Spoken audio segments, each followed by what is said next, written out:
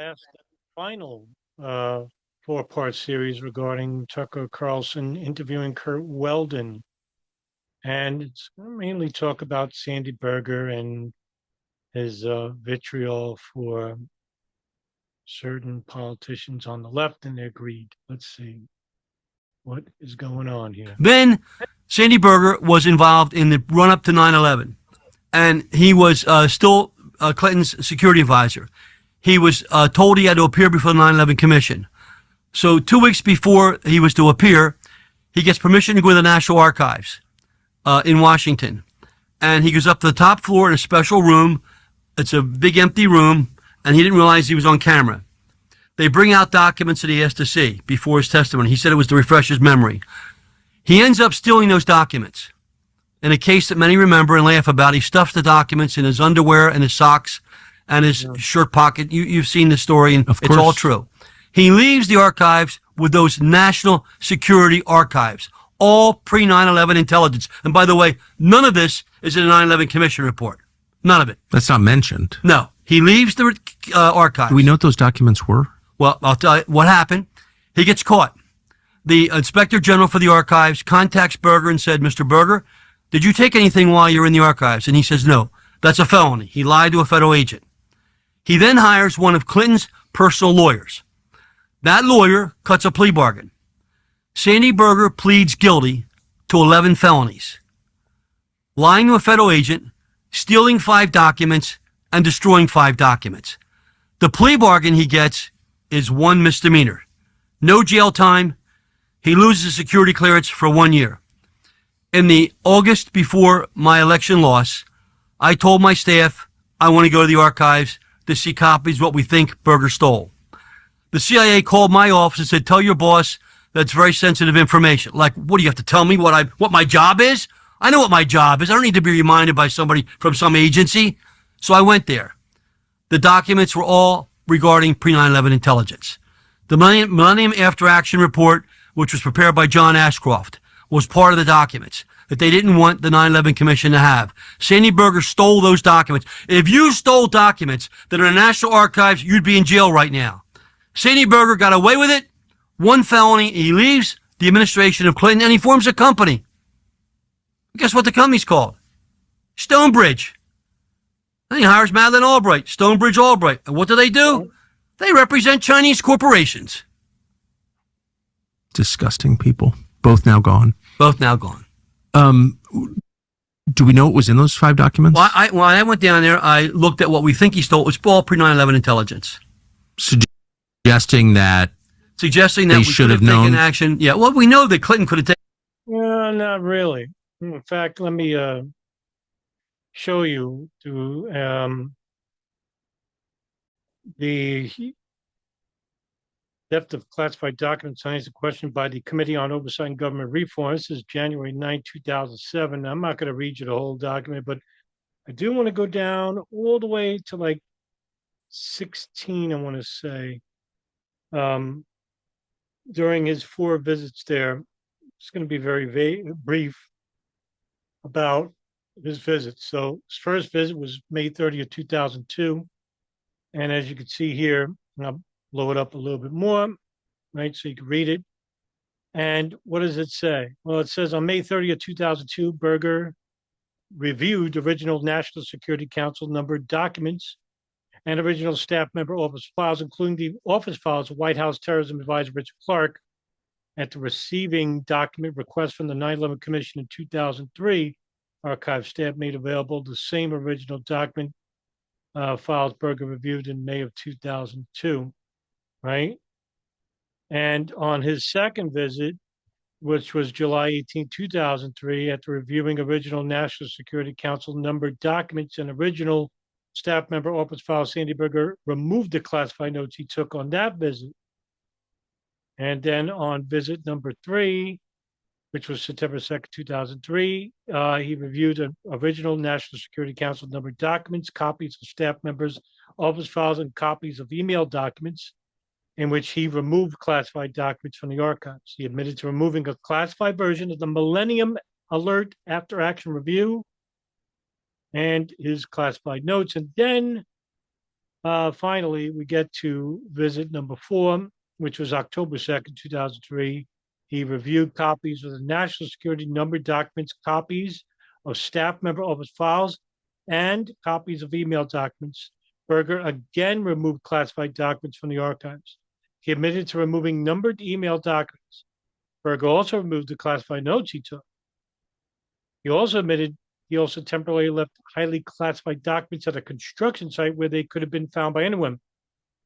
The documents they took from his socks and his underwear were stored when I think there was construction going on. And he left it underneath this trailer where there was, underneath the trailer tire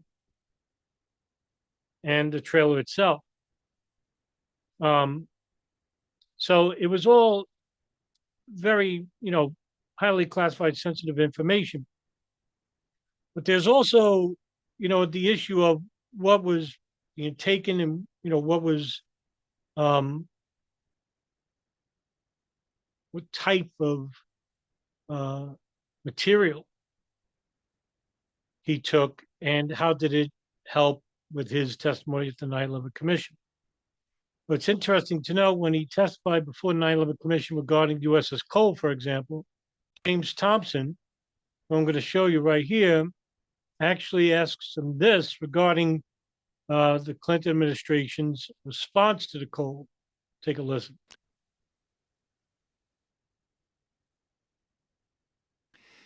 You say on page 7 of your prepared statement, by the time President Clinton left office, however, neither the CIA nor the FBI had reached firm conclusions that al-Qaeda was responsible for that assault, that is, the Cole.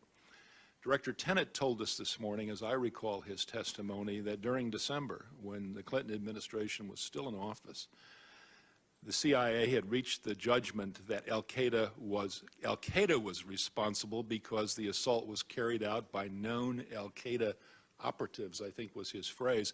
They just couldn't conclude that Osama bin Laden had command and control over that operation. Can you shed some light on this apparent difference? I'm reading now from your staff statement this morning, which says, on the issue of the Cole, the Bush administration received essentially the same, quote, preliminary judgment that had been briefed to the Clinton administration in December. And I listened to George this morning, and it was a little bit hard to track, which it usually isn't. But all I can tell you is that what we were told was that, and the evidence pointed to al-Qaeda for sure, and and that preliminary judgment was that it was al-Qaeda. I believe a very sharp response would have been called for after the Cole. I believe to have sustained that in the court of world opinion, you would have the president would have stood up and said, based on the preliminary judgment of my intelligence community today, I bombed Afghanistan. I just don't think that would have cut it. Well, but as I understand Director Tenet's testimony, he could have stood up and said, we know that specific al-Qaeda operatives bombed the Cole. Well, I can't comment on Director Tenet's testimony because I was not watching it without doing some other things at the same time, Right. like finishing my own statement. But I will tell you my own recollection, sir, Sure. and what is, I think, the record, and that is that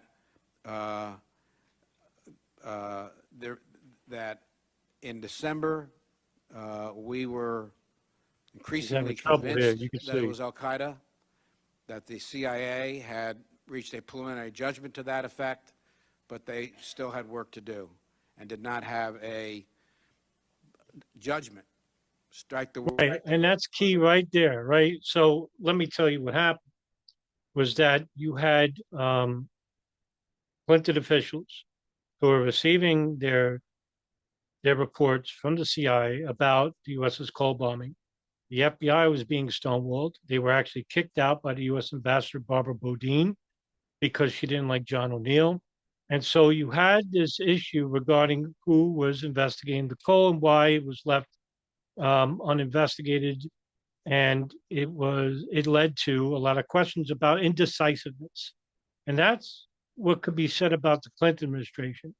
So a whole lot of people that sat around that, you know, National Security Council and also to the presidential daily briefs and the principals meetings where members of the heads of directors of the National Security Intelligence and Office of National Intelligence, CIA and the FBI and the Defense Intelligence Agency, Department of Defense, talk about the current threat matrix. Now, for the Clinton administration, at least Al Qaeda was given a priority. Under the Bush administration, it wasn't.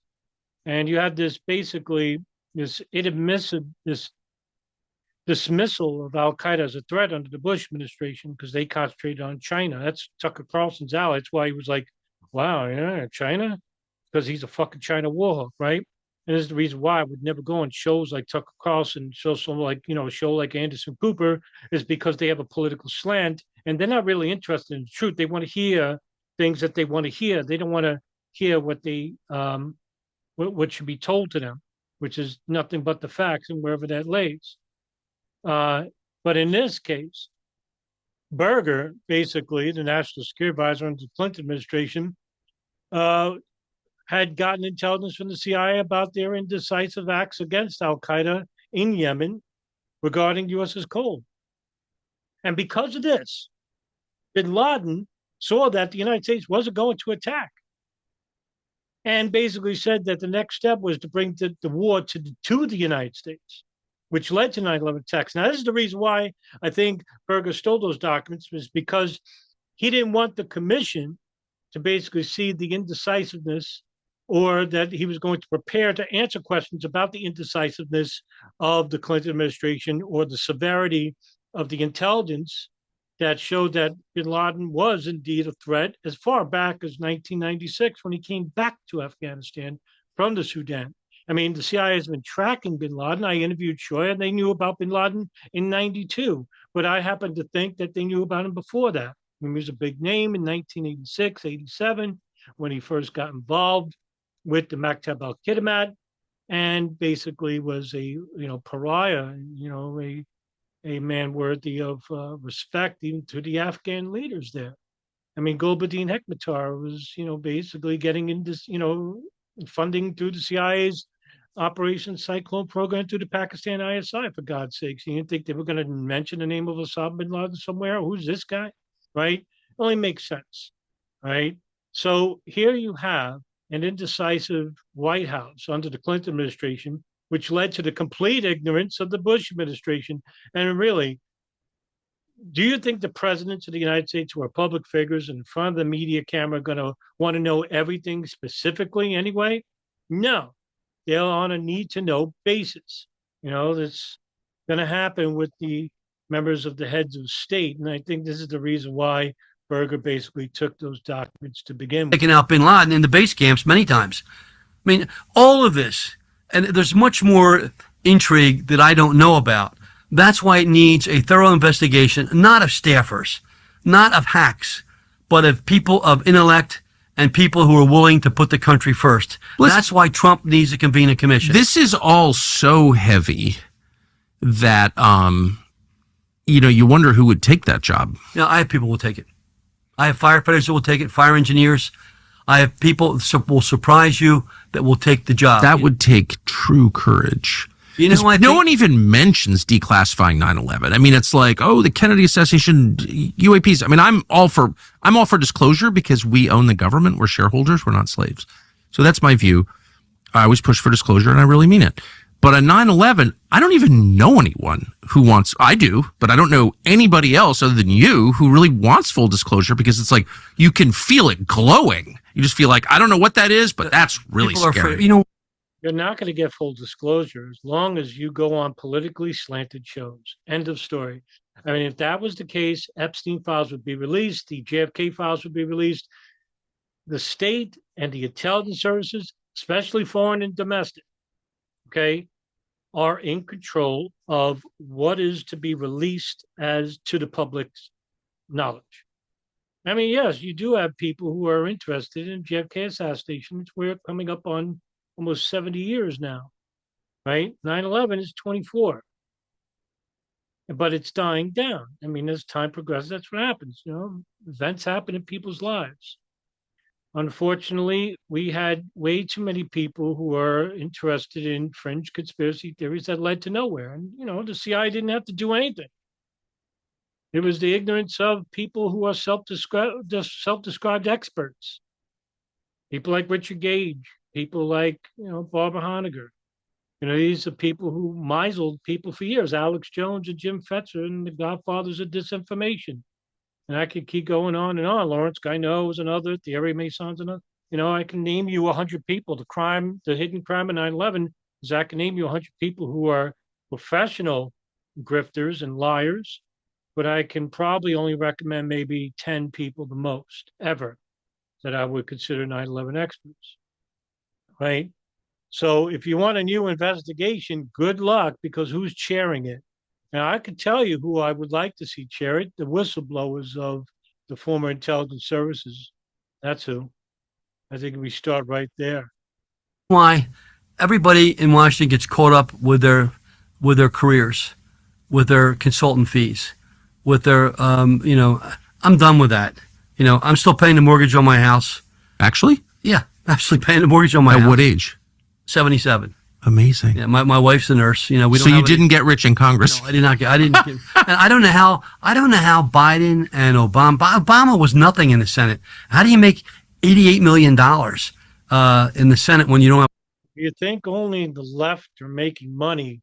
I mean, really, Mr. Weldon, I'm sorry. I know you're a Republican, and you chaired the Armed Services Committee for years, and you were the only one who defended Anthony Schaefer, and that's to be respected. But you do have a political slant, and I do not. I'm not a left and right demagogue, and I'm somebody who basically is not persuaded by human ideology. I'm not ideologically possessed, right? I don't care about a person's skin color, and I don't care about a religious preference. I think the only common bond that's needed here is we're all human beings, and we all want to live on this earth with hegemony within one another. But unfortunately, we have too many people that believe that, that's not enough.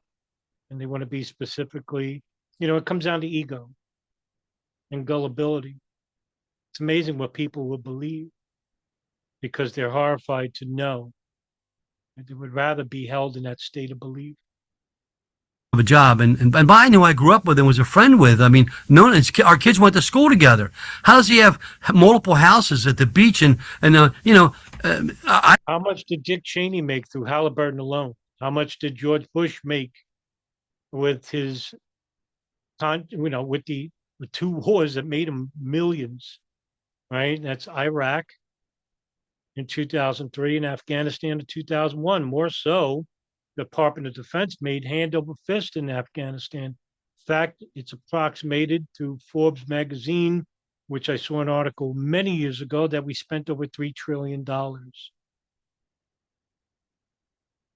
the Afghanistan war, which, by the way, is the longest war in U.S. history, and only to have the Taliban take it over in weeks after pulling out. 20 years of nothingness.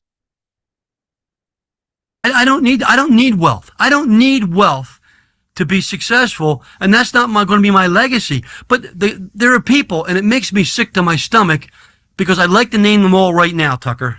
Well, go ahead. Well, I have them down. My partners, Judge Sullivan, very distinguished, the former deputy director of the FBI, Buck Revell, Jim Woolsey, former head of the CIA, Chuck Brooks, who you got a note from, former top guy at Homeland Security, Admiral Jay Cohen, who was head of research. They all know what I know, and a lot more people. I had lunch with Jim Jones twice last year, former security advisor to Obama.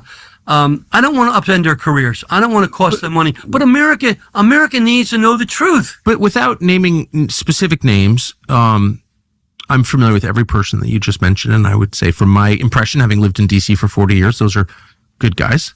I think, honest people. Yeah. But without naming anybody, like people who, and those are all very highly informed people, like actually for real, not bullshit. No, they're all real. Oh yeah, for real. Of those kind of people, how many that you know think, this is not right? The 9/11 report, all of them. But they're not going to come out. But everyone kind of knows. They're not going to be the lead person to come out and take it on. And many people say, Kurt, you're crazy. You're. Well, of course. Well, that's how they try to discredit you. The only reason that I mean, I've never done a 9/11 show, not a single one, really, that I know, maybe one in 30 years, now 24 years. But the only reason that I wanted to talk to you specifically is because I was there. And so I know how much you know, and you're not a fake person at all. You're like right at the center of it. So I think you have complete credibility on this topic. And I think it's pretty hard to dismiss you as a wacko. If you're a wacko, then why were you going to take over the Armed Services Committee? Like, why would Donald Rumsfeld endorse me for the Armed Services Committee? And if you're still paying your mortgage at 77, you clearly weren't ripping anybody off. Well, I mean, I don't consider him a crackpot. I do think that, he may have a political slant.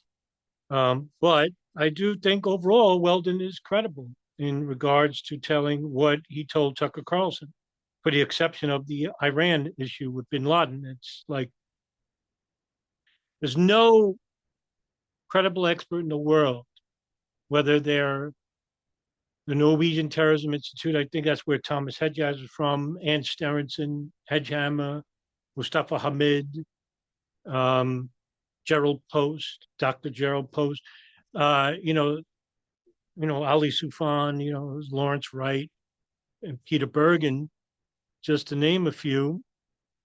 None of these people have basically said that bin Laden was ever in Iran.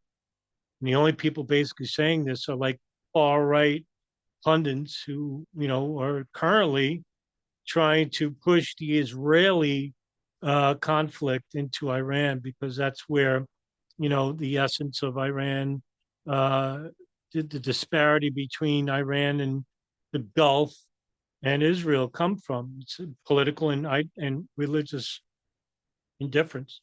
With the Gulf, it's basically, the Sunni Shia branch. With Israel, they consider Iran a bigger threat than, say, Yemen or Iran, than Saudi Arabia, because Iran has a formidable military. That's the fucking reason why.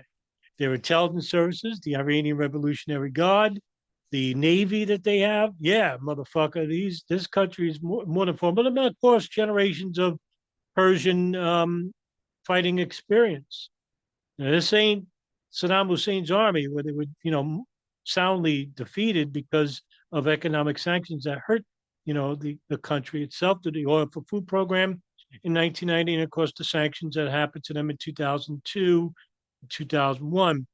But, here you have a country that is a formidable adversary, and basically Israel wants to weaken all the Muslim states, whether they're Sunni or Shia. And that's through the Oded Yanan plan under Oded Yanani, former advisor to Ariel Sharon, Prime Minister Ariel Sharon. And basically just read the document. You can see that, they wanted to fragment, the Arabs, the Muslim states, the ones that they considered a threat. Who did they consider a threat? Well, Iraq, Iran, and Lebanon. Right? Not so much the Arab states, because they're easy to control. Bunch of illiterate religious zombies with corrupt politicians. It's not the case in these countries. They have formidable militaries. That's the reason why. But overall, Weldon is credible in regards to this interview, for that just one exception, bin Laden being in Iran. Nothing I have, like, in terms of, as opposed to anything else he stated here so far. I have no secret bank account. Clearly. So I do think you've got a lot of credibility, but it's just interesting. You're obviously very focused on this. The people, just to restate, the people that you talk to who are in similar positions of authority, who would have access to real intel on this, they all think that the 9/11 report was just silly cover up. They think that there's a lot more to what happened than what's being told. There you go. And to the truthers who say, everything about 9/11 Truth Report is false, no. Here's Curt Weldon basically saying there's a lot more that was missing. That's the reason why I've been saying it for years, ladies and gentlemen. It's not a false report. It's an incomplete one. Well, 9/11 Commission is a whitewash. It's a cover-up. It's whatnot. Well, it's a cover-up for multiple agencies and intelligence services. That's what it is. And it's not because, the co-chairs like Lee Hamilton and Thomas Keane basically came out and said, "Oh, we're gonna basically cover up everything."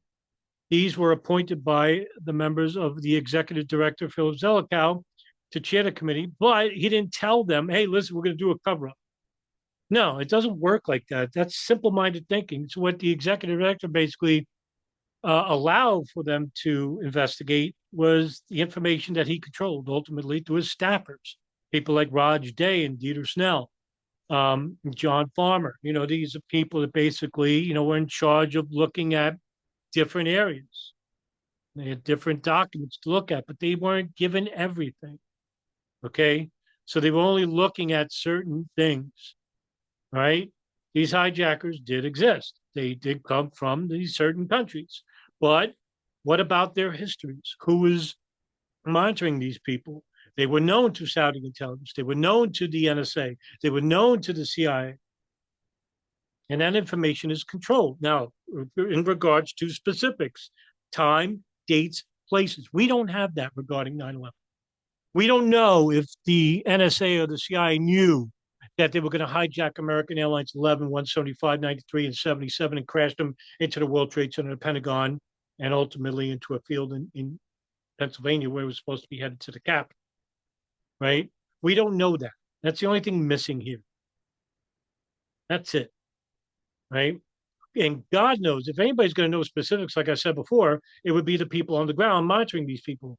Hey, who was on the ground inside the United States between the years 2000 and 2001? The Saudis, the Israelis. Now, of course, I'm not going to say that they had specific information. But you tell me, ladies and gentlemen, you're living next door in close proximity to these people, and their primary expertise is signals intelligence, deception, right? The Mahabeth, the Israeli Mossad. That's what they are experts in. And if you look at my Gerald Shea Memorandum playlist, I read out the information regarding what was in it, and I was very specific. Some of these people, some of these Israelis that were heading these operations and selling art had specific backgrounds in signals intelligence and explosive ordnance. Some of these people served in the fucking military against the Hezbollah armies in 2006. All right, and even earlier. Some of these people served in the highest ranks in the military. What the fuck are they doing? Involved with an art program. So, all right, you can get the gist of it, right? The firefighters think the same, but a firefighter who's doing the key thing and why I devote my life to firefighters, they're the most powerful people in the country. They're not driven by power nor money. But when I organized them back in 1987, and the Fire Caucus became the largest in the Congress, I said, these are the people that make America work. Of course. I mean, they're the people that not just fight the fires and disasters. They're the people, it's where you vote on election day. Of course. It's where you hold the Boy Scout and Girl Scout meeting room. And there are 50,000 stations run by 30,000 departments, and 85% of them are volunteers. Do you know next year, as we celebrate the 250th anniversary of America, the fire service will be 290 years old? Yeah. The first fire department was formed by Ben Franklin in Philadelphia in 1736. It didn't take a government to get people to come together to protect each other. It's older than America. And the 50,000 departments are in every town, every village. They're the heart and soul of our nation. They're the backbone of our country. I know that first. And that's what I'm telling Trump. If you ignite that group of people, you don't need to have MAGA people alone. You have America then. Because in every poll, firefighters are 98% supported. They're the only ones everyone likes. I totally agree. Because they're not driven by power nor money. That's right. And that's why firefighters don't want to get involved in a political battle. Even if they know they're being shortchanged, even if they know their loved one was killed when they shouldn't have been killed, they keep quiet. Well, I'm not going to keep quiet. I'm their voice, and I'm going to speak out. So let me ask you one final question for people who've made it this far in the interview. And I want to say for the record, I think you've been really restrained. You haven't speculated on really anything other than things. You said, I saw this, I know this to be true, but you haven't given us some complex theory of why this happened. I can't. I won't. Right. But for people who are thinking, wow, this is a little more serious than I realized, and I want to know more, and clearly Wikipedia is a filter, not a way to actually understand history. What responsible, credible accounts of 9/11 would you recommend people read? Like, where do you get closer to the truth? There is no one single account that I have seen. I would suggest, and they can go on. I'm not on social media except. That is an excellent answer. That's an excellent answer. There is no one single account. There are multiple. Now, listen to what he refers to. On LinkedIn. And if you go to my LinkedIn, I'll send you a copy of Bravo 7. Bravo 7 is a film 1 hour long done by firefighters, not done by Hollywood. And by the way, my film based on my book's coming out next year, and all the proceeds of my film Firefight are going to firefighters. So nobody can say he's going to make a profit off that. No. You'll still be paying your mortgage. My Hollywood film is the proceeds are going to firefighters. And it's about my book. But Bravo 7 gives you the story of what really happened from the eyes of a firefighter. And then it has the audio comments of Oriole Palmer. And if you're a human being and you listen to that brave firefighter with 2 kids, I think 2 or 3 kids, who's risking his life after he went up 40 floors in the elevator, climbing up 38 floors with his team, arriving on the floor of impact. He only made it to the 78th floor with one other person. He didn't have a team. He actually went up there with Ronnie Bucca. Just to, not nitpick, but, Bucca gets ignored. And he's actually more central to understanding 9/11 than people realize. And it goes back to the 1993 World Trade Center bombing, which if you have no understanding of 93, you're not going to have a fuller picture of 9/11 because there is a connection. Even though the perpetrators are a little bit different, Ramzi Youssef was not part of Al-Qaeda. But we're not talking about just perpetrators. We're talking about the similarities in missed intelligence and intelligence that wasn't acted upon and foreign intelligence that were involved. Israeli intelligence was involved in that operation. I'm not saying that they made the bomb. Bomb was made by Youssef. But there was an individual who was renting an apartment to one of the perpetrators, Mohammed Solomon, in New Jersey. The name of that Mossad operative was Josie Hadass. Josie. Josie Hadass. Hadas. Mention that name to anybody, and they'll give you the deer in headlights look. Who's that? When asked about this, the FBI, New York Police Department, basically, I always forget this cop's name, and I have to go to DJ Thoradetner to get his name because he's like a brainiac. And I always forget that cop's name. And he was asked, I think Pasquale is his name. So anyway, he basically, he tells, I think it was a reporter, that even if we knew, we wouldn't tell you anyway. If there was, Israeli intelligence monitoring some, involved in the pre-intelligence, operations. And what does that tell you, right? It's not that so much that he knew that, the bombing was going to happen, but that we're not going to give up whether or not we allow for foreign intelligence to come inside the United States and collect intelligence. Now, whether they knew about the 93 bombing ahead of time or not, I'm not going to go there and say, yeah, we got that, because we don't have that intelligence. But where there's smoke, there's fucking fire. And saying I can handle it. And if we let him die there, like it was just some random thing, then we're not human beings of decency. I agree. We owe Oriole Palmer. We owe Ray Downey. Ray Downey told us 93, 8 years earlier, this is going to happen again. Ray Downey told us in the Gilmore Commission we needed to have this fusion center. We allowed unnamed scumbags and the CIA to block us from having a fusion center. We allowed unnamed scumbags in the agencies to block transferring the information that Scott Philpott and Tony Schaefer and Eileen Pricer and Eric Kleinsmith had, that they tried to transfer to the Justice Department. And they also had information before the attack on the USS Cole, when they ruined the career of Kirk Lippold, the commander of the Cole, and I defended him. If we're going to truly be a country that really cares about other people and what we're doing, then we have to live up to that. Bang on. That's a great way to end it too. So Weldon did well here overall. Like I said, I only have one discrepancy, and that was Bin Laden in Iran. Overall, this was probably the most lucid conversation about 9/11, which is promising, and I hate Tucker Carlson. I hate him. But nevertheless, at least Tucker Carlson is given some platform, not to a crackpot, but to somebody who actually is a reputable person involved in some level with pre-intelligence 9/11, and that's Curt Weldon. He could have had on a crackpot and just basically, which I'm going to assume he's going to in the future. He'll probably get Richard Gage, and that will be the end of Tucker Carlson's reputation, even though I don't think he has a reputation at all. He's on his own, right? So, if Tucker Carlson really wants to make a difference, really wants to hold people accountable, we still can. Some of these people are still alive.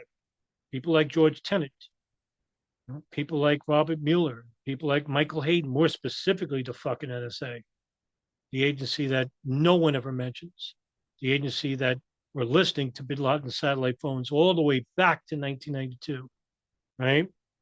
The Yemen hub in 96, the core of understanding 9/11 and the backbreaker. Can we get those transcripts to see if they were talking about 9/11 on those phones, right?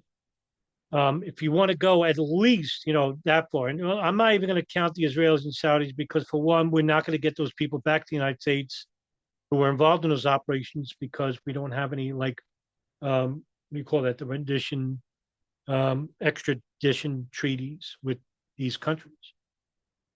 So we can forget about that for now.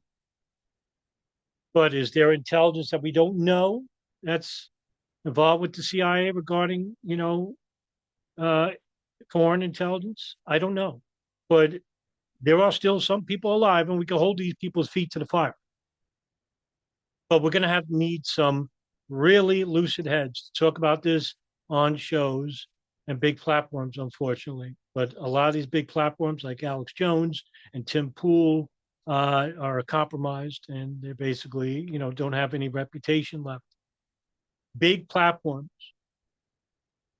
really don't have a very good reputation. Now, for Joe Rogan, still up in the air. Overall, he's had sound individuals on. No really, wild people that talk about this issue. Just talk about 9/11.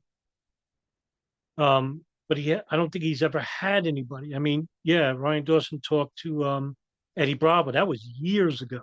Okay. Rogan has yet to have anybody on. And, this is not a call for me to go on the show, but if anybody, if Joe Rogan's ever going to talk to anybody that's mildly popular, well, I guess, Lawrence Wright, or if you can try to contact Paul Thompson. But if he can't get like them, Abby Martin, Robbie Martin will do. They're similarly popular, but, I'm not. DJ Thermodetonator is a little bit more popular than me. Maybe he can get him on the show. But get somebody that will talk about these issues I raised in videos like today and issues in past videos.